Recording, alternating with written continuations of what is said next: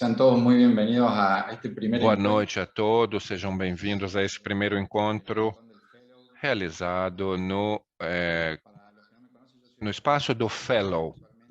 Eu sou o Dr. Nicolás Zaderenko e coordeno o espaço do Fellow, do ProEducar Solace. A ideia aqui é interagir com todos os Fellows da América Latina e que tenham um espaço para compartilhar seus casos, tanto através da plataforma ProEducar, como nessas reuniões que começamos a fazer a partir de hoje. Esta é uma ideia que surgiu há algum tempo e graças ao Dr. Lúcio Padilla, que é o diretor do grupo Latam BIF, nos pareceu interessante organizar essas reuniões, que sejam reuniões totalmente relaxadas para discutir casos ao vivo entre todos. A ideia é que todos interajam.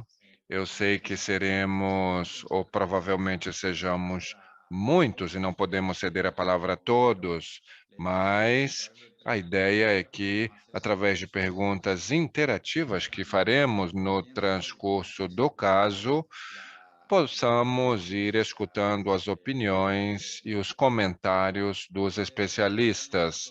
Hoje nos acompanha o Dr. Inácio Sigalini, com quem trabalho no espaço do Fellow, o Dr. Abud, coordenador do registro Latam BIF. Temos dois convidados de luxo, dois especialistas em intervencionismo e, sobretudo, intervenções complexas, que são o Dr. Evandro Martins e o Dr. Carlos Campos, do Brasil. Além de sua grande experiência, eles são amigos da casa também. Quero ceder a palavra a Lúcio para que ele faça seus comentários e gostaria de agradecer novamente a Evandro e a Carlos por sua participação. Muito obrigado. Um comentário que estava me esquecendo: este encontro será transmitido através das redes da Latam BIF, da Solace e da Wonder, e terá tradução simultânea a português e a inglês. Obrigado, Nicolás. Antes de mais nada, gostaria de agradecer a todos os participantes, a mais de 453 pessoas conectadas.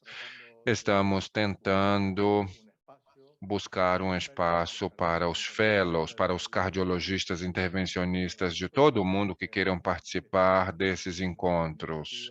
Trata-se de uma iniciativa do Nicolás Zaderenko, apoiada pela Solace, e, neste caso, também pelo Clube Latam BIF, de bifurcações coronarianas.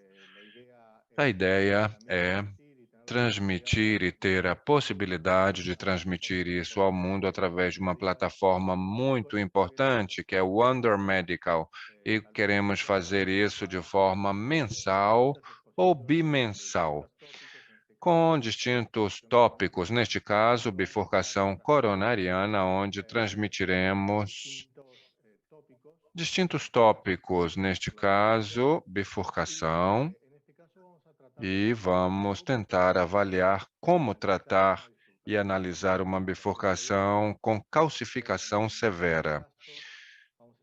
Vamos apresentar um paciente, como podem ver aqui, homem de 65 anos, hipertenso, dislipidêmico, com angioplastia prévia na artéria coronariana direita, que atualmente apresenta angina com isquemia severa, com tratamento médico completo, laboratório sem.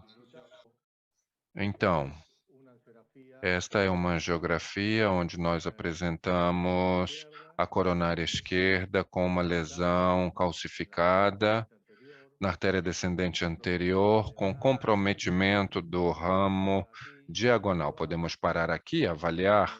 Vemos essa doença difusa calcificada em um paciente que apresenta angina e isquemia no território anterior. Esta é a primeira projeção antero-posterior cranial. Esta é outra projeção, é uma cranial esquerda. Vou tentar frear aqui para que vocês possam analisar isso. Essa é a descendente anterior, que vemos como algo moderado e também um ramo diagonal importante. E eu deixo em movimento para podermos visualizar também o cálcio que apresenta essa artéria e como quadro clínico esse paciente apresenta angina e isquemia anterior. Eu gostaria então de interagir para ver o que Evandro e Carlos opinam desse caso. Esse paciente já apresenta uma angioplastia prévia. A primeira pergunta, Inácio, bem, um pouco como dizia Lúcio, a ideia é que sejamos interativos, vocês vão poder intervir a partir da plataforma. Vocês viram o que o Lúcio mostrou? Qual seria a classificação de Medina nesse caso? Temos aí as 7 opções possíveis. Não sei se Evandro ou Carlos querem comentar um pouco o que estão avaliando. Muito interessante o caso, Lúcio. Parabéns aí pela apresentação inicial. O que me chama a atenção é que é uma lesão bastante calcificada. A gente consegue ver cálcio dos dois lados do vaso, mas predominantemente mais do lado do nosso lado esquerdo aqui da tela, e aparentemente um segmento, uma lesão extensa, né, que acomete um grande segmento no terço médio da descendente anterior e que envolve um diagonal de grande importância, como você salientou, um diagonal que é bifurcado, ele dá um subramo superior e inferior, mas aparentemente parece ter um ponto mais crítico nessa lesão segmentar que é extensa, mas o diagonal aparentemente não me pareceu tão grave, né? Então, eu acho que a definição, tanto com a imagem intravascular, né, da DA, para a gente entender melhor a distribuição da placa, o grau de calcificação, e talvez uma avaliação funcional do ramo lateral, do diagonal, possa ajudar no planejamento aí do tratamento dessa lesão, se realmente se necessita de uma estratégia mais complexa, com 2 stents, ou se uma estratégia mais simples, talvez provisional, possa ser empregada nesse caso. Outra coisa, obviamente, através da avaliação do grau de calcificação, que pela angiografia me parece uma calcificação severa, provavelmente a gente vai precisar de alguma estratégia de preparo da placa para que se obtenha um resultado e uma boa expansão dos stents. Interessante o voto del público. Interessante o voto do público, há uma grande porcentagem, 38%, que dizem que é Medina 111, outros dizem 110. Não sei se, Carlos, você quer compartilhar e determinar o que é Medina, embora todos aqui supostamente saibam. Lúcio, boa noite, Nico. Muito obrigado pelo convite. Uma grande alegria estar aqui com vocês, amigos, para a gente compartilhar um pouquinho da nossa opinião, da nossa experiência. De fato, realmente uma descendente anterior muito calcificada, um diagonal, gostaria de reforçar esse ponto, então é um diagonal único, então é um diagonal de grande importância anatômica, tá? A classificação de Medina é uma classificação binária. 1 tem obstrução superior a 50%, 0 não tem obstrução superior a 50%. Então, o primeiro 1 é a parte proximal do ramo principal, o segundo 1 é a parte distal do ramo principal, e o terceiro 1 seria o ramo lateral. Tá? Então, no meu modo de ver, esse ramo diagonal ele não tem obstrução significativa no ósteo, pela angiografia. Tá? Então, pode ser que a gente tenha uma carga de placa significativa. Qual seria a Medina para ti, Carlos? Qual seria a Medina para você, Carlos? 1,0. ramo principal proximal, ramo principal distal, e ramo lateral não tem, tá? Eu vejo que logo acima da descendente anterior tem uma placa, tá? A parte mais importante é logo após a diagonal, tá? Mas logo acima, cicla, por favor, deixe em movimento, por favor, Lúcio.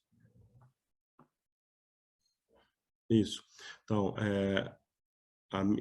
a minha impressão é que a lesão na descendente anterior começa exatamente acima do diagonal, é mais severa após o diagonal, e o diagonal é livre de doença significativa. Tá? Carlão, para você e para o Evandro, como esse aqui é um evento para os fellows, eu queria perguntar para vocês. Com essas duas projeções que o Lúcio fez, ou que o Lúcio mostrou, é suficiente para avaliar essa lesão, ou vocês precisariam de mais uma, ou está bem com elas? Só para a geografia. É sempre bom, pela angiografia, é sempre bom mais de uma projeção para avaliar, né? Então, para a gente explorar a excentricidade, então, é sempre importante mais de uma projeção para avaliar. Eu gosto bastante dessa primeira projeção que o Lúcio fez, é uma projeção que eu uso frequentemente na minha prática, que é uma cranial direita, bem direita e bem cranial, 20-20, 30-30. Então, é uma projeção que deixa a DA bem esticada, a gente consegue ver bem a saída dos ramos laterais, tanto os septais como diagonais, e, obviamente, essa projeção cranial esquerda também é de grande valia, que a gente consegue ver também bem o tronco da coronária esquerda, toda a descendente anterior perfilada e o diagonal e os ramos laterais diagonais, principalmente. Em geral, como o Carlos falou, a gente tem que realmente usar a mão de maior número de projeções possíveis para avaliar determinados segmentos da artéria que podem terminar das projeções, né? Então, eu fiquei bem contente com essas duas projeções, já dá para ter uma ideia muito boa do grau de calcificação, da distribuição da placa, e a gente já pode começar a pensar na nossa cabeça, iniciar uma estratégia de avaliação e, obviamente, depois de tratamento desse caso. A calcificação por angiografia tem uma limitação. A calcificação por angiografia tem uma limitação, porque nos grandes estudos do mundo não é de mais de 38% para poder determinar quando a artéria está muito calcificada. É mais simples, quando é leve ou moderada. O que lhes parece esse tipo de calcificação pela angiografia? Vocês podem comentar como é leve, moderada ou severa. É interessante ver como estão votando. A maioria acredita que é moderada. Algum de vocês poderia definir quando é moderada ou severa por angiografia? A classificação mais aceita de calcificação severa pela angiografia é quando a gente vê uma calcificação circunferencial em mais de uma projeção. Então, se a gente vê o cálcio comprometendo o vaso todo em mais de uma projeção, como nesse caso, a gente pensa em calcificação severa. Exato. Esse caso me pareceu uma calcificação severa, no mínimo moderada, mas eu acho que aparentemente pela angiografia parece calcificação severa. A gente consegue ver o cálcio bem antes da injeção, da opacificação da coronária, e a gente consegue ver bem a movimentação do cálcio durante as imagens dinâmicas. Então, e aparentemente o cálcio está nos dois lados da artéria, mais de um lado do que do outro, mas tem nos dois lados. Eu diria que seria uma calcificação severa, e sem dúvida a imagem intravascular ela vai ajudar principalmente nos casos onde a gente tem dúvida, em casos que tem menos calcificação, e a angiografia ela tem uma sensibilidade menor, a gente pode se surpreender com a imagem intravascular dessa calcificação ser bem mais importante, exuberante, E outro ponto são a presença de nódulos de cálcio, que podem dar muito mais trabalho do que calcificações muito extensas. Então, a imagem intravascular tem uma sensibilidade alta para a detecção de nódulos de cálcio, que precisam muitas vezes de um preparo de lesão, às vezes mais exaustivo, para que a gente obtenha um resultado angiográfico satisfatório. Carlos, en esta angiografía, ¿trataría de utilizar? Carlos, você tentaria usar imagem intravascular nessa angiografia ou você necessitaria certificar que a lesão é severa e utilizaria, por exemplo, FFR ou IFR? No meu modo de entender, Lúcio, eu acredito que utilizar a fisiologia para descendente anterior não me parece útil. Como o Evandro comentou, a utilização da avaliação funcional seria muito interessante para o ramo lateral, tendo em vista que é um ramo diagonal de grande importância anatômica, então para a gente garantir um resultado ótimo. Com relação à imagem, eu acho um caso espetacular para uso de imagem intravascular, tá? Ambos, tanto ultrassom quanto o OCT, eles possibilitam que a gente quantifique essa calcificação de forma objetiva, tá? Então, tanto o ultrassom intravascular quanto o OCT tem scores já dedicados, publicados, validados para que a gente avalie ou que a gente consiga predizer se o stent que nós vamos implantar vai ficar hipoexpandido ou não, tá? Então, tanto o AIVOS quanto o OCT tem essa vantagem. Eu, particularmente, para bifurcação, eu prefiro a OCT, porque a gente consegue, com maior facilidade, avaliar se a gente está entrando com a corda guia na parte mais proximal, na parte mais distal da bifurcação. Então, com a OCT, a gente consegue avaliar isso com mais precisão, com maior facilidade, tá? Mas acredito que o ultrassom intravascular também vai adicionar benefício em relação a tratar somente guiado por angiografia. Perfeito.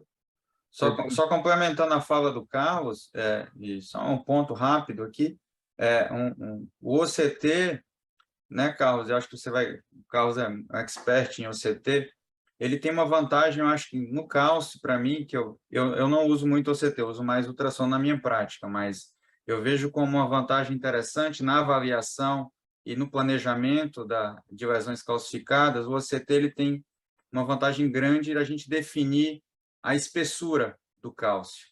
Então, muitas vezes a gente tem essa dificuldade com AIVOS por questões do método, né? A gente não consegue, a gente consegue ver às vezes se o cálcio é superficial, mas até onde ele vai, às vezes é difícil a gente definir.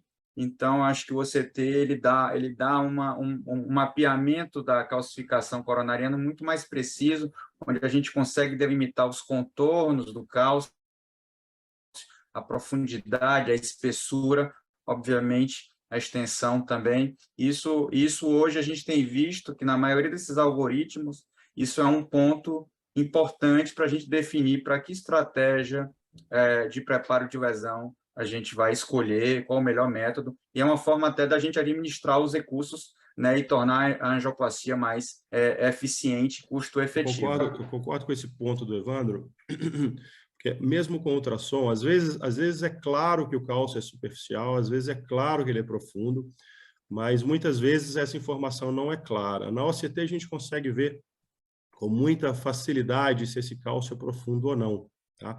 A gente consegue ver muitas vezes uma capa fibrosa antes do cálcio. Às vezes a gente tem a calcificação severa, uma capa fibrosa espessa antes desse cálcio, e nesse caso, por exemplo, a terectomia rotacional, se eu tiver uma capa fibrosa espessa, eu avançar com a oliva do rotablator, como o rotablator ele oferece um corte diferencial, ele pode muito bem não fazer a terectomia rotacional de forma adequada, porque o cálcio está atrás dessa capa fibrosa. Então, talvez um scoring balloon seja mais interessante antes de se fazer a terectomia rotacional. A quantificação do cálcio pela OCT é muito mais precisa, a gente consegue ver o volume do cálcio com maior precisão. Então, concordo plenamente com todos esses pontos que o Evandro falou, ainda mais tendo em vista sendo uma bifurcação. Eu acho que a OCT facilita muito. Mas a ultrassom intravascular, ultrassom intracoronário também vai adicionar muito benefício. A gente consegue quantificar uma calcificação severa pelo ultrassom também. Eu acho que é uma técnica que pode ser utilizada e que auxilia muito para a precisão desse procedimento. Una pregunta, inclusive para los panelistas o para el público en general. Uma pergunta para os painelistas e para o público em geral.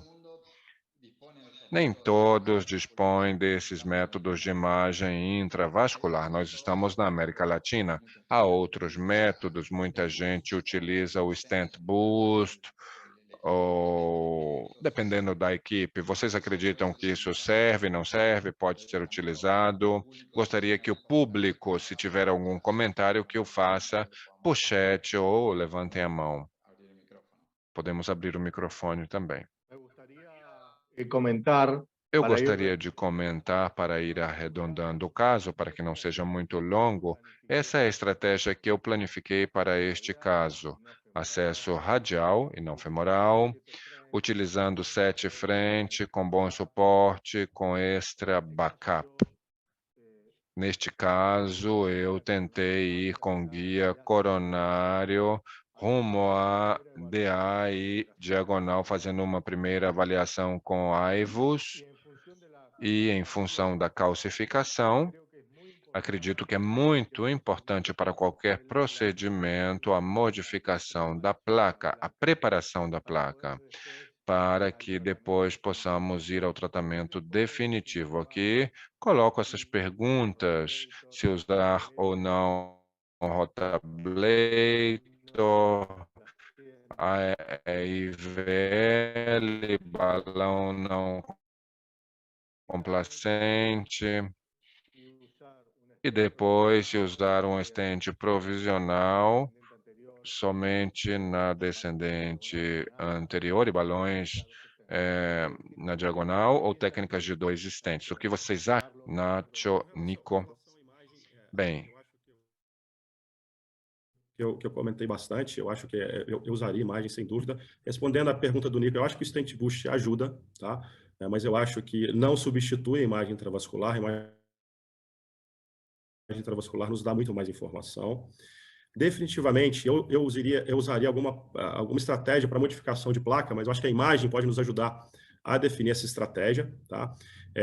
Eu teria uma tendência, por uma questão de facilidade, se for disponível, usar a litotripsia ao invés do rotablator, porque você pode manter a corda guia no ramo lateral, você não precisa tirar a corda guia do ramo lateral para, por exemplo, passar como você precisa no rotablator. Então, a litotripsia ajuda bastante. E eu teria uma tendência, neste caso, como o ósseo do ramo diagonal, a princípio, não tem lesão significativa, e é um ramo diagonal com uma bifurcação precoce, então um ramo diagonal que se bifurca em 2 ramos de quase equivalente importância anatômica. Então, eu teria uma tendência inicial a ir com stent provisional, stent para descendente anterior, protegendo o ramo diagonal. Então, a minha estratégia inicial seria... 7 frentes ou 6 frentes, Evandro? 7 ou 6 frentes? Eu vou ser sincero, na minha prática, eu acho que 99% das vezes que eu abordo o tipo de caso semelhante, calcificação, bifurcação, onde você planeja que vai ser um caso onde você vai precisar usar algum método mais agressivo de modificação de placa, tipo rotablator, a possibilidade de técnica de 2 stents, eu me sinto muito mais confortável. A minha prática de usar os 7 frente, catéteres de extra suporte, tipo XB ou EBU, e em geral isso aí não mitiga o fato de usar o acesso radial. Hoje a gente tem a opção dos introdutores tipo Slender, né? E você facilmente consegue manter a sua via de acesso radial sem aumentar algum tipo de complicação vascular ou algo do tipo. Então, 7 frente, eu acho, esse caso. Nestes casos, prefiro usar acesso radial. Nesses casos, eu prefiro usar sempre acesso radial Slender é um introdutor que permite ir com um diâmetro menor, é um introdutor diferente. O set frente nos permite trabalhar mais tranquilo, se eu tenho que trabalhar em uma bifurcação, se eu tenho que modificar a placa, se o ramo diagonal se compromete ou não, depois modificar a placa e determinar, porque nem todos têm ecografia intravascular. A 88% que usa em tronco da coronária esquerda, não estou falando de DA diagonal, portanto, nós votaríamos que gostaríamos de usar ecografia intravascular, mas nem todas as pessoas o possuem. Então, a pergunta aqui é muito prática. O que está ocorrendo na América Latina com essas lesões calcificadas? Único ramo diagonal, modificar a placa no ramo diagonal, no descendente anterior, e ver como se comporta o ramo diagonal, que não parece comprometido severamente. E depois disso, modificar a placa com quê? Com balão não complacente. Na Argentina nós temos IVL, no Chile também, está chegando no Brasil, ou já chegou. Nem todos têm na América Latina litotripsia. A litotripsia no Brasil é muito mais cara que o rotablator, pelo menos nos hospitais que eu trabalho. Exato. Perfecto, perfecto. Buen dato, buen dato. Y lo Perfeito, otro esse é um excelente dado. E a outra questão é que se fazemos rotablator, temos que usar somente um guia coronariano e não um guia em descendente anterior e no ramo diagonal, coisa que com IVL poderíamos ter um guia em diagonal e em DA e poder trabalhar. Agora, o rotablator permitiria ablacionar e o IVL, pelo tipo de balão, muitas vezes pelo perfil de cruzamento, não pode passar essa lesão calcificada. Um segundo, temos uma pergunta de um espectador, não sei se o Nicolás pode dar a palavra a Juan. Juan, você está aí? Juan? Bem, em todo caso, enquanto o Juan habilita o microfone para fazer sua pergunta, nem todos na América Latina têm imagens intracoronarianas. Devemos ressaltar o que disse Evandro e Carlos. Temos que utilizar material dedicado para trabalhar a placa, mesmo não tendo a imagem, que nos daria muita informação. É muito difícil usar rotablator se não dispormos do IVOS. Mais avançadas, elas são mais dispendiosas e você lançar a mão de todos esses recursos e não usar da melhor forma, eu acho que é meio que um desperdício. Então, eu acho que esses métodos avançados de preparação de cálcio, como rotablator, o IVL, eles têm que estar casados com a imagem intravascular para que a gente possa, primeiro, indicar da melhor maneira e usar também e obter o melhor resultado com essas técnicas, entendeu? ¿qué es la información que te daría la Que ecografía? informação te daria a ecografia intravascular, Carlos, nesse caso?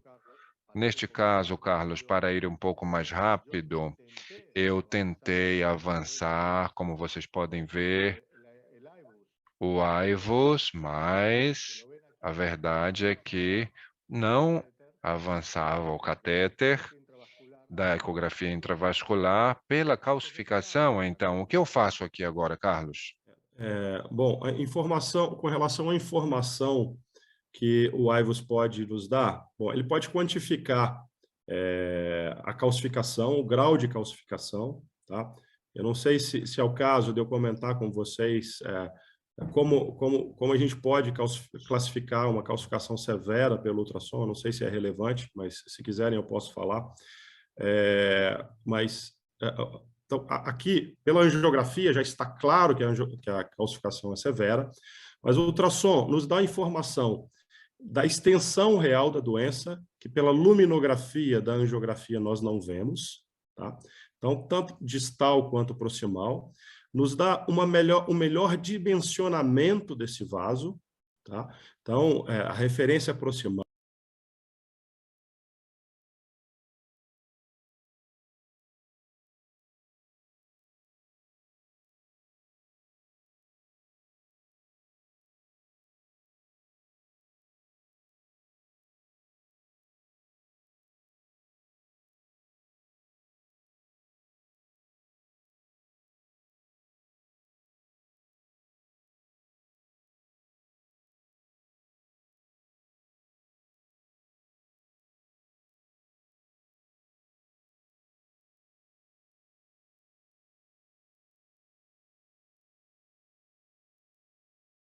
Por que não complacente versus semicomplacente?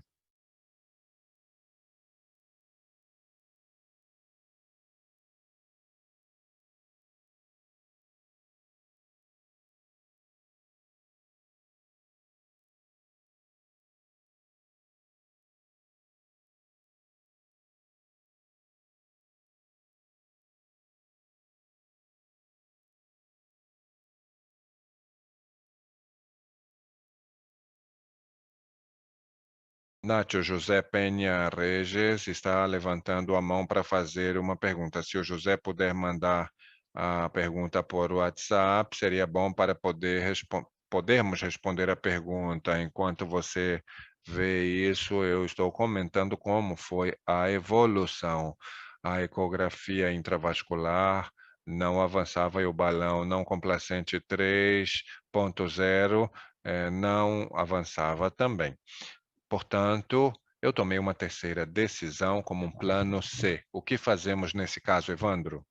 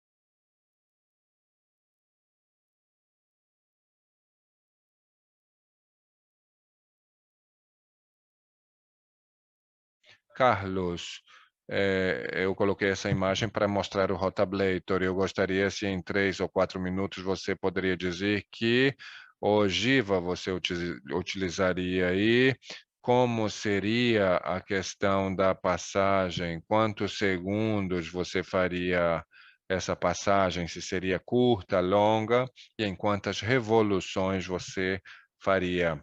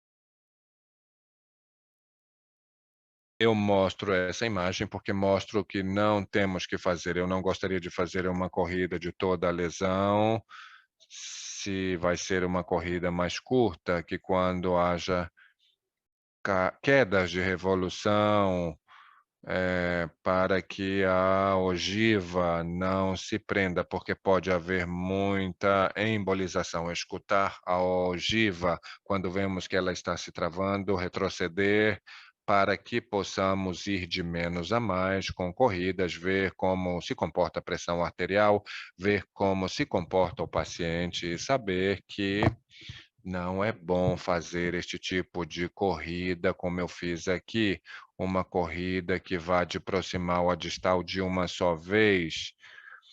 É melhor trabalhar com cortes mais curtos, 1,5, 180 mil revoluções, 15 a 20 segundos, e retroceder ao ponto proximal e ver como isso se comporta. Temos algumas perguntas. Inácio, pode fazer as perguntas. Sim, Lúcio, há uma pergunta que falava do retableito em direção à bifurcação. Se é possível fazer sem proteger o ramo lateral. Essa diagonal não parecia ter muito risco, tinha boa angulação. E depois temos 2 comentários que que falavam aí desses avanços positivos. Se pode usar a extensão dos catéteres guia, e depois Martim Fiorucci, da Argentina, comenta que eventualmente podemos aventar microcatéteres com guias de maior suporte para poder avançar os balões como um passo prévio ao rotablator. Acreditávamos que a classificação era severa e que o procedimento feito foi adequado.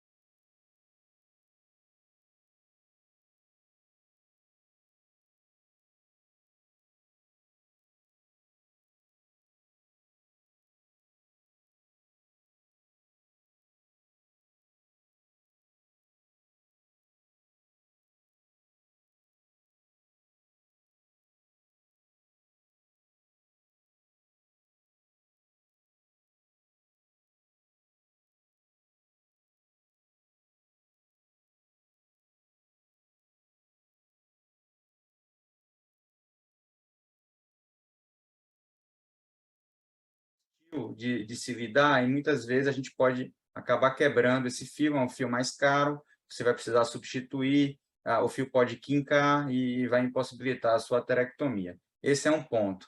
Em relação ao ramo lateral, que foi perguntado aí, esse caso, em geral, o rotablator, ele não fecha ramo lateral, é muito raro acontecer isso, pela própria técnica, né?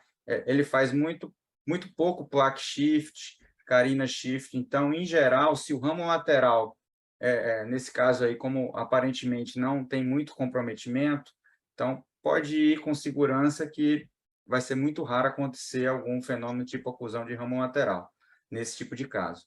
O outro ponto que eu queria salientar é que isso já é uma experiência pessoal minha.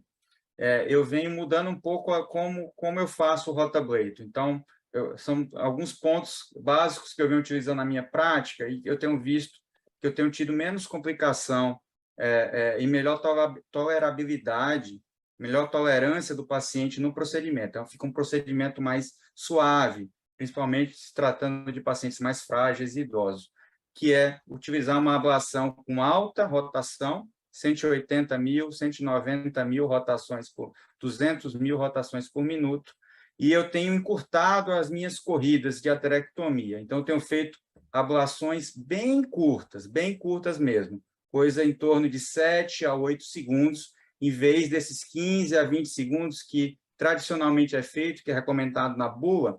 Eu tenho encurtado as minhas ablações. Obviamente, você vai precisar fazer um maior número de passadas, né? Mas com ativações mais breves, bem rápidas. E uma outra dica que eu daria para os fellows é, antes de começar a fazer a terectomia propriamente, saturar os receptores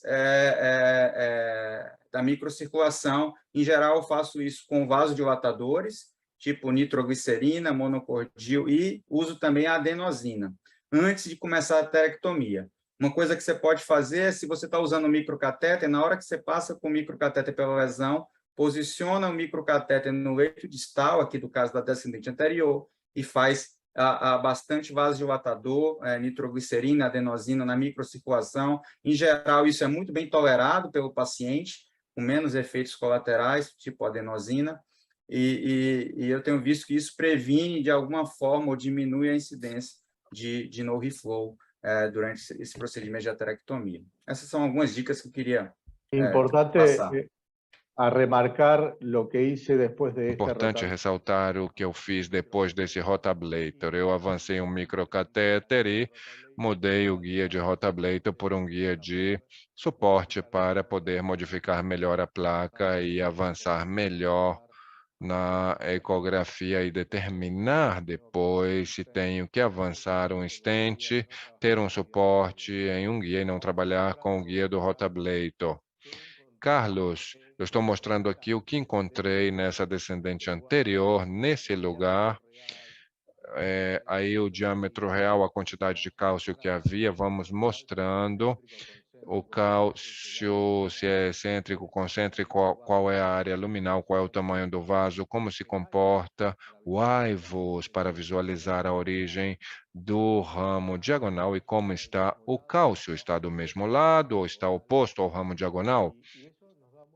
Isso nos dá muita informação para depois podermos, digamos, assumir diferentes condutas, diâmetro do vaso, tipo de placa, calcificação excêntrica, concêntrica, diâmetro proximal, diâmetro distal, depois ver o que ocorre mais perto do tronco na bifurcação descendente circunflexa e no tronco propriamente dito.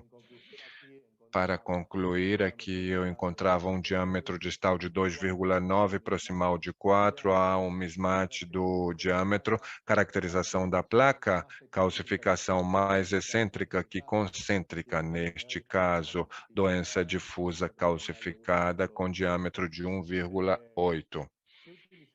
O que eu utilizaria neste caso depois de modificar a placa? Depois de fazer rotablator, depois de ver com IVUS pós-rotablator, modificar a placa com um balão 3.0 em função do que o IVUS me mostrou, com diâmetro distal, escolher o tamanho do balão de acordo com o diâmetro distal e modificar bem a placa, porque se não modificarmos bem a placa, por mais que coloquemos um stent, vai ficar infraexpandido, isso seria algo muito negativo. Carlos, o que você faria? Lúcio, eu utilizaria adicionalmente um cutting balloon, pelo menos na altura da bifurcação, tá? Me parece que é o ponto que tem uma calcificação mais severa, tá? Então, naquela altura da carina, veja na altura da carina, a gente tem quase 180 graus de cálcio, tá? O rotablator não oferece um ganho luminal significativo nesse ponto, tá? Então, eu usaria um cutting balloon pelo menos na altura dessa carina, tá? Proximal e deixa eu ver aqui, medindo aqui no olho, tá? De 1, 2, 3. A descendente anterior na altura da carina, de média a média, dá quase 4. Então, sendo conservador para a parte distal da carina, você poderia utilizar um cut em 3,5, tá? E a DA proximal é 4, se não me engano, não é isso? Então, um cut em 3,5, você poderia utilizar tanto na carina da bifurcação, quanto adjacente à bifurcação na parte superior, tá? Para a parte mais distal da DA, você mediu 2,6, não é isso? ¿Qué pasa si no hay cutting balloon, Carlos? O que acontece se não temos cutting balloon? Então, eu usaria um balão não complacente adicionalmente, Lúcio. Novamente, eu usaria um balão não complacente para eu não exagerar no diâmetro, mas eu poder utilizar altas pressões.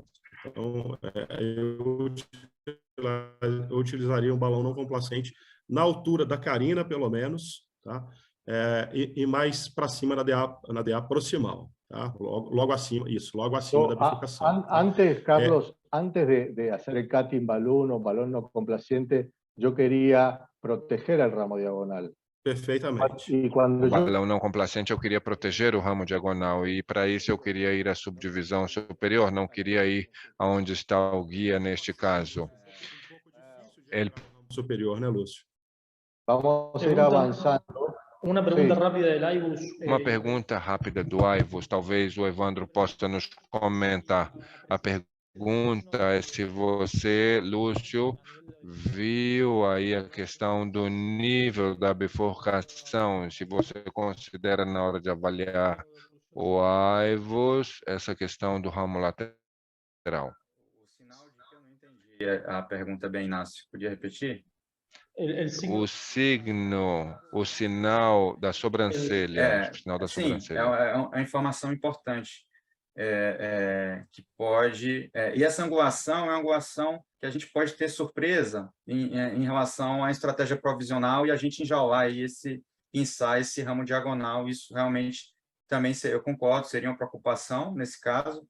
Como o Lúcio bem salientou, eu protegeria esse ramo diagonal. Uma outra estratégia mais avançada seria uma estratégia que eu venho utilizando com certa frequência, que seria enjaular um balão e aí implantar o stent no ramo principal e, eventualmente, se o ramo lateral for comprometido, a gente insuflaria esse balão enjaulado e recuperaria o fluxo, e aí a gente ganharia tempo para ver o que fazer de forma subsequente. Eu tenho uma pergunta para o Lúcio. Lúcio, na sua prática, depois que você faz o rotablator, você gosta de avaliar com imagem para ver o efeito da sua ablação ou você parte direto para uma pré-dilatação com um balão NC 1:1 para sentir o vaso e ver se ele expande de forma simétrica em todos os segmentos? Ou você gosta de ver se, pela imagem intravascular, procurar uma fratura do cálcio,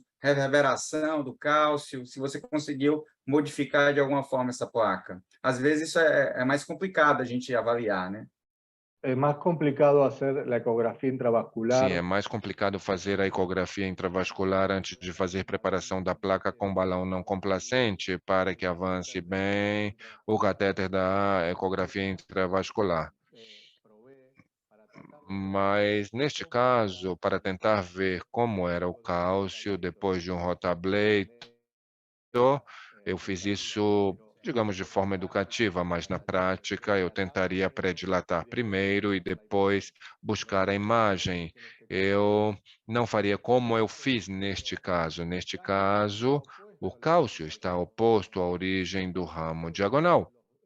Portanto, vendo o diâmetro do vaso, eu gostaria de dilatar com balão não complacente a 18 atmosferas no vaso principal, pensando que a possibilidade de oclusão do vaso diagonal seria baixa, porque a placa é oposta ao ramo diagonal. Bem, eu vou avançar um pouco mais agora para poder ir terminando. A ideia era implantar um stent na descendente e não na diagonal. E isso é o que nós encontramos. Essa é a resposta que nós estamos vendo. Se stent provisional ou não provisional, a maioria está pensando em stent provisional. Temos que tentar colocar sempre a menor quantidade de metal, salvo que com o balão ou fazendo o kissing posterior, o ramo diagonal fique com fluxo inferior a time 3 ou com uma lesão residual superior a 30% ou com uma dissecção comprometendo um ramo diagonal significativo. Mas eu não faria um stent tentando colocá-lo nesse ramo diagonal inferior, que é muito fino e poderia comprometer a parte superior aí. Vou tentar avançar.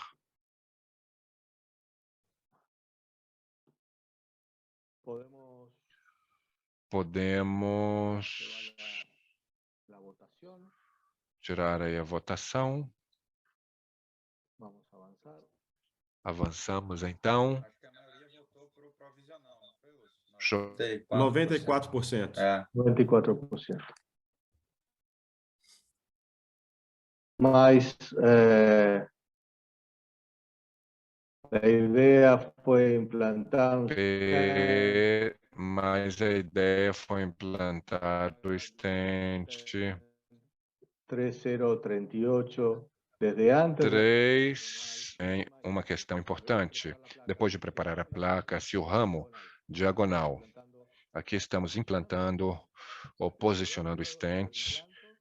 A partir de onde eu implanto, nunca gostaria de ir distal, porque se eu fosse distal, eu poderia comprometer um vaso menor, gerar mais dissecção em um vaso calcificado e evitar em um paciente jovem a possibilidade de colocar uma mamária no futuro, caso fosse necessário. E por outro lado, a partir do segmento mais saudável. Assim estava o ramo diagonal e foi assim que implantamos esse stent. Vejam, a expansão do balão funcionou bem. Diríamos então que o stent estava bem expandido. Que ferramenta utilizariam se não tivessem AIVOS? Essa aí é uma fica infraexpandido ou não. Eu utilizo em 100% dos casos stent boost, de acordo com o tipo de plataforma. Agora ficamos com essa situação. Esta é a angiografia depois do implante do stent. O que fazemos com isso? Vejam aí o ramo diagonal, está mais comprometido e tem um ramo, um guia coronário através ou fora do stent no ramo diagonal, subdivisão inferior. Então, aqui o que tentaríamos, ou eu tentaria fazer, é ver se poderia ir ao ramo superior. Como eu poderia recruzar esse stent rumo ao ramo superior? Aqui há um tema que é muito importante, a mensagem que é o POT, Proximal Optimization Treatment, ou seja, aumentar o diâmetro das células rumo ao segmento proximal ao ramo diagonal para poder recruzar posteriormente rumo ao ramo diagonal, porque esse guia estava fora. O implante do stent foi com um guia que estava fora. Então, nesse caso aí, colocar o pote com um balão 3,5 por 6 para não comprometer nada do segmento proximal fora do stent, para comprometer somente da bifurcação para trás. Vejam aí a manobra de tentar recruzar quando já temos a célula aberta e nem todos os stents têm a mesma célula ao ramo superior. E depois disso, poder retirar a subdivisão inferior e já começar a tratar a bifurcação. Neste caso, eu dilato porque a lesão residual do ósseo do ramo diagonal rumo à subdivisão superior, que era maior, eu predilatei também com balão não complacente, mas nesse caso eu ia fazer isso, mas me encontrei com o que havia abaixo. Abaixo havia uma dissecção na descendente anterior, e aqui podemos dizer o que faço com isso. Já temos a DA diagonal, temos a lesão aqui. Neste caso, eu implantei um stent segundo o diâmetro distal e fiz um kissing balão 3.0, balão 2.5, para visualizar como estava ficando isso, e esse é o resultado. Vejam que aqui havia um balão, e isso pode significar muitas coisas. Vamos ao segmento distal da descendente. Pode ser uma dissecção, pode ser shifting de placa ou espasmo. Fizemos aí nitroglicerina e temos que determinar o que fazer com isso. E, por outro lado, agora, o que fazemos com isso aqui? Eu vou avançar um pouco para determinar, porque eu queria saber quanto e como era o ramo diagonal por AIVOS. Já tínhamos feito a predilatação e estamos Vendo aí a subdivisão superior, vejam a superior e a inferior. Linda imagem.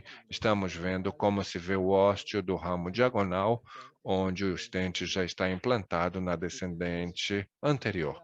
E vejam o diâmetro que há aqui no ramo diagonal, no nível ostial, que está me dizendo que há uma lesão significativa coronária inferior a 4 milímetros. Carlos, eu gostaria de saber o que você faria nesse caso. Não faria nada? Faria uma técnica com stent? Faria um provisional stenting ou balão com droga? Tá um ponto muito importante da sua intervenção. Para se avaliar o ramo lateral por imagem intravascular, é fundamental que se faça a imagem do ramo lateral. A avaliação do ramo lateral através do ramo principal, se você tivesse feito somente imagem da descendente anterior e através da descendente anterior quisesse ver o ósseo do diagonal, seria uma análise superestimada, porque você não vê o ramo diagonal, um corte axial do ramo diagonal, você acaba vendo ele de forma transversal e você tem uma análise superestimada da área desse ósseo. Então, para avaliar o ramo lateral, é fundamental que se faça a imagem do ramo lateral. No meu modo de ver, o resultado desse ósseo diagonal está subótimo. Problema, tem um nódulo calcificado, uma protrusão de contorno irregular no ósseo desse diagonal, bem próximo do catéter ali. Isso pode ser um desafio para ficar com tratamento provisional, tá? Balão farmacológico, definitivamente, nesse momento eu não usaria, porque o balão farmacológico ele é muito bom para liberar a droga, mas o tratamento deve ser feito com um balão, normal, e depois você coloca o balão farmacológico somente para liberar a droga. Nesse ponto, eu acredito que o resultado do ósseo do ramo diagonal ainda está subótimo, tá?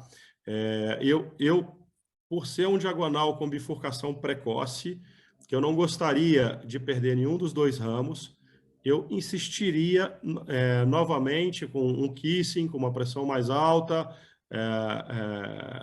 uma angioplastia com um balão prolongado no ósseo do diagonal, insufla o balão no ósseo do diagonal por mais tempo e depois repete o kissing, antes de se pensar em fazer um TAP, tá? Eu acho que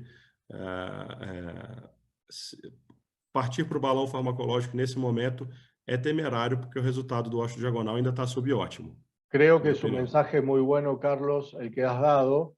Creo que nunca Acredito que sua mensagem é ótima, Carlos. Nunca temos que fazer balão farmacológico, salvo que tenhamos feito uma preparação da placa com bom resultado angiográfico, com balão não complacente no ramo diagonal com kissing, e depois disso, se ficar bem, poderia pensar em balão farmacológico, mas se não ficar bem, ou se tem uma lesão residual de mais de 30% ou uma dissecção, ou um time inferior a 3, então stent.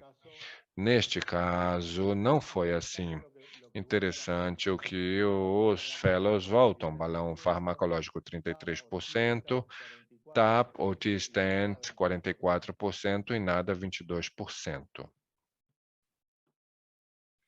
Eu seguiria a mesma estratégia do Carlos. Eu também iria com balão não complacente no ósseo diagonal, sabendo que aquele cálcio excêntrico pode realmente mitigar o efeito do balão NC, de tal sorte que o balão vai exercer pressão mais contra a região, contra a parede não calcificada ali da artéria, e às vezes o preparo da lesão não fica adequado. A gente poderia lançar mão da fisiologia coronariana nessa situação, acho que é validado para a gente ver se a gente continua investindo no ósseo diagonal. Esse diagonal, concordo, é um diagonal muito importante, irriga uma grande, como o Carlos falou, é um diagonal único, bifurcado, então eu também não gostaria de perder e nem de deixar um resultado subótimo na origem do diagonal. Perfecto. Estoy tratando de avanzar. Fazendo a pergunta, a ver que responde. Perfeito, estou tentando avançar. Vamos ver aí o que responde o público. Sim, vimos aí nas votações. Estou tentando ver se podemos avançar nisso. Aqui, neste caso, para ir avançando, já que a conversa está se estendendo, o que eu fiz foi insuflar alternadamente da diagonal 3.0 e depois com resultado, como foi bom, visualizar outra vez como estava o ramo diagonal, e esse é o resultado por Aivos, Carlos. Acima à esquerda vemos a diagonal, o ósteo e a entrada da DA. Por isso, a utilização aí de balão com droga nesse nível é um tema este. Depois, o outro é ver aqui embaixo. Eu levei o guia e o retirei um pouco para ver se isso era espasmo, se era dissecção ou o que era. Podemos dizer também, faço ecografia intravascular e tiro a dúvida de se era dissecção. Eu tenho um pouco de medo, às vezes, nessa zona de kinking, como se vê aqui na descendente, se o catéter pode gerar mais dano ou não, já que o vaso é tão fino. Então, como você manejaria esse segmento distal da descendente? Nada, fazer um stenting, fazer um balão ou fazer um balão com droga? Neste caso, eu utilizei balão convencional não complacente, baseado no Aivos, e depois, em função disso, usei um balão com droga. Eu utilizo muito na descendente anterior distal para não colocar mais stent. E esse é o resultado que eu tive com o balão com droga. Essa é uma experiência própria, coloco a discussão e lhes mostro como está a descendente anterior depois de ter feito isso. Sem stent nesse segmento que se via como um espasmo, uma dissecção. Fiz uma insuflação prolongada, bom resultado angiográfico. Não quero terminar com balão com droga, aí é o que eu como se viu com o Aivos no resultado final. Pode voltar no slide anterior, por Sim. favor? Então, eu gostaria de chamar a atenção, Lúcio, parabéns, o resultado excelente. Chamar a atenção de todos, em todos os cortes do ultrassom intra-stent que você fez, se observa o stent simétrico, o tempo todo esse stent simétrico, a despeito da calcificação severa que você tinha, o stent o tempo todo com formato circunferencial. Você não vê uma grande excentricidade do stent, tá? Então, isso tudo se deveu a um preparo adequado da lesão, isso que permitiu esse resultado excelente. Então, eu queria chamar a atenção para os achados desse Aivos. Veja, mesmo nesse ponto, em que a gente tem um arco de cálcio severo, 180 graus de cálcio, a gente vê um formato circunferencial do stent. Então, realmente, um resultado espetacular. Parabéns, Lúcio. Esto es el mensaje final, tratar en estas Esta é a mensagem final. Tentar de utilizar a menor quantidade de contraste nessas angioplastias complexas. Muitas vezes eu utilizo, quando há insuficiência renal, um road mapping coronariano. Alguns utilizam, outros não. Uso angiografia rotacional para visualizar em uma só injeção, a partir da oblíqua direita até a antero-posterior oblíqua esquerda, utilizar stent boost, utilizar a placa guiada por Aivos. Nesse caso, é necessário fazer rota Pro, porque não passava nenhum balão, nem outro dispositivo como o IVL. Depois de guiar a estratégia, primeiro com Aivos, depois utilizando rota Pro, fazer o stent boost para ver se está bem expandido e simétrico. Se eu não tenho Aivos, utilizar stent provisional sempre que necessário for, e utilizar balão com droga na diagonal e descendente anterior distal como outras ferramentas existentes, e não estar sempre colocando stents nesses casos. Convido-os, se quiserem participar do Latam Beef Registry, aí está o e-mail, vocês podem enviar um e-mail para poder participar. É um registro aberto. Hoje tive uma grata notícia de Ricardo Costa, do Brasil, que está entrando já ao registro, e isso é realmente excelente. Outra coisa que eu quero dizer é que o 1º e o 2º dias de setembro estará ocorrendo o maior evento de bifurcação coronariana da América, que é em São Paulo. E vamos interagir com o Ricardo, com o Carlos, com o Evandro e com muitos especialistas do mundo e do Brasil, que aqui não podemos nomear todos, mas gostaria de avisar-lhes que vejam esse evento. Se puderem participar, vão, porque é o evento de bifurcação na América Latina mais importante, consolidado e apoiado pela Solas, pelo Latam Beef Club e por todos nós, porque continuamos aprendendo muito de vocês. Gostaria, Nico, Nacho, Carlos e Evandro, se vocês puderem fazer digamos, um encerramento. Eu gostaria novamente de agradecer o convite, né? É um caso muito educativo, muitos pontos para a gente discutir, trocar experiências, e foi executado com maestria, e realmente assim, um grande prazer rever os amigos, ainda que virtualmente. O Nico foi um grande amigo que passou conosco um tempo no Brasil, então é um prazer grande revê-lo, mas também todos os outros. Então, parabéns pela iniciativa, espetacular, eu acho muito proveitoso, e é importante a gente ter esse tipo de cooperação e colaboração na América Latina para crescermos e desenvolvermos juntos. Então, realmente muito honrado, muito obrigado. Evandro. Eu também queria deixar minhas palavras aqui mais uma vez de agradecimento. Obrigado, Lúcio, Marcelo, Nicolas, Inácio, pelo convite de estar aqui. Como o Carlos falou, é uma honra poder estar aqui entre grandes expertos e poder compartilhar e aprender. O caso foi magnífico. O Lúcio nunca deixa a desejar. Eu não esperaria nada menos que isso. Caso muito educativo. Acho que a gente poderia ficar aqui discutindo 2, 3 horas e a gente nem ia perceber o tempo passar.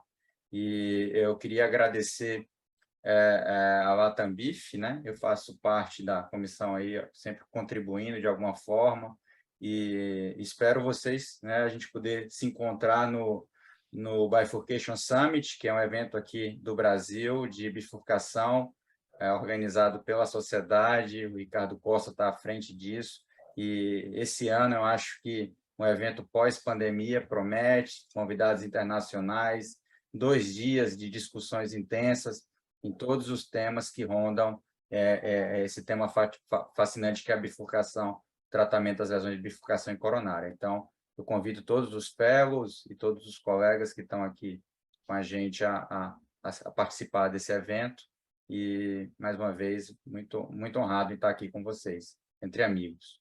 Me gustaría agradecer también a Marcelo Abud, que coordenador Gostaria general. também de agradecer o Marcelo Abud, que é coordenador geral do registro Latam Beef, e todo o Latam Beef Club que está apoiando essa iniciativa.